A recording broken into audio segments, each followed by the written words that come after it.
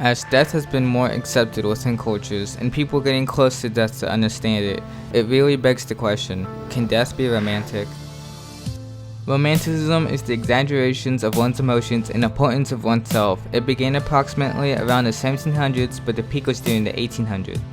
A famous example is Queen Victoria, born May 24, 1819 and the monarch of England from 1837 to 1901. Her reign was 63 years, longest than any other previous monarch before her. However, when her beloved husband died, she spent the last 40 years of her life mourning his death. Prince Albert was her rock, her soulmate, and she dressed every day in black and stayed indoors with little to no public appearances. There are other people that are believed she had fallen in love with after Prince Albert had died, but no confirmation. The Queen's mourning sparked more influence on the movement of death. It made people view it more of a romantic manner. She passed away in her sleep in 1901, January 22nd. Her diaries she wrote are used as archives to describe her life. On April 9th, 2021, Prince Philip had died, the husband of Queen Elizabeth II, who is now the longest living monarch to this day. They had been married for 73 years, longer than Queen Victoria's reign, and she mourned his death for 2 weeks while wearing appropriate mourning attire, all black.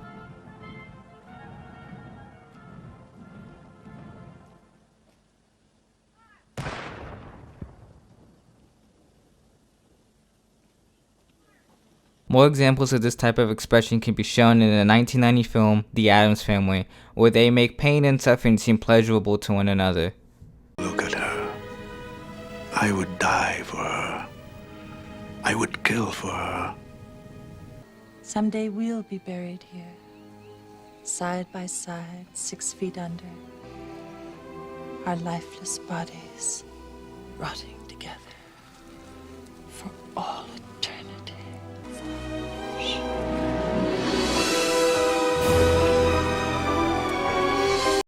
Seeing you like this, my blood boils. As does mine.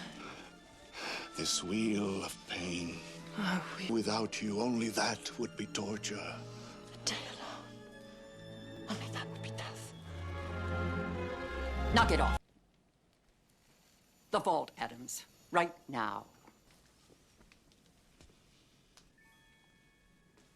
People can get dazed in the thought of loving their partner immensely and to die with them until death does them part and they decay into nature together.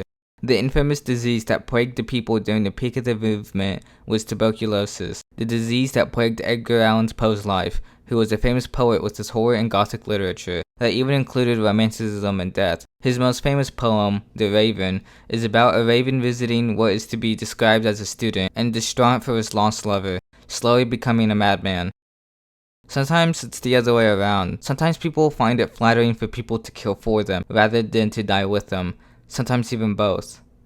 Romeo and Juliet is another example of romantic death, where Romeo believes that his love, Juliet, has died, so he ends his own life to be with her in death, as he cannot bear the thought of living without Juliet, but in the end revealing that she wasn't even dead in the first place. So then she kills herself for him. How romantic. Brief. Oh, happy dagger. This is thy sheath. There rest and let me die.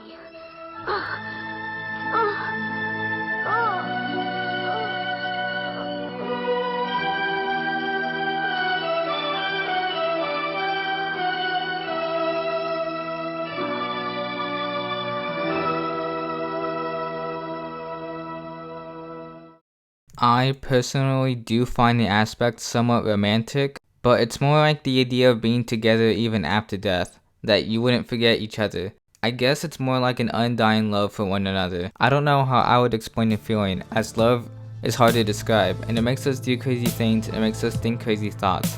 So as complicated as it can be, I'd say yes, death can be romantic.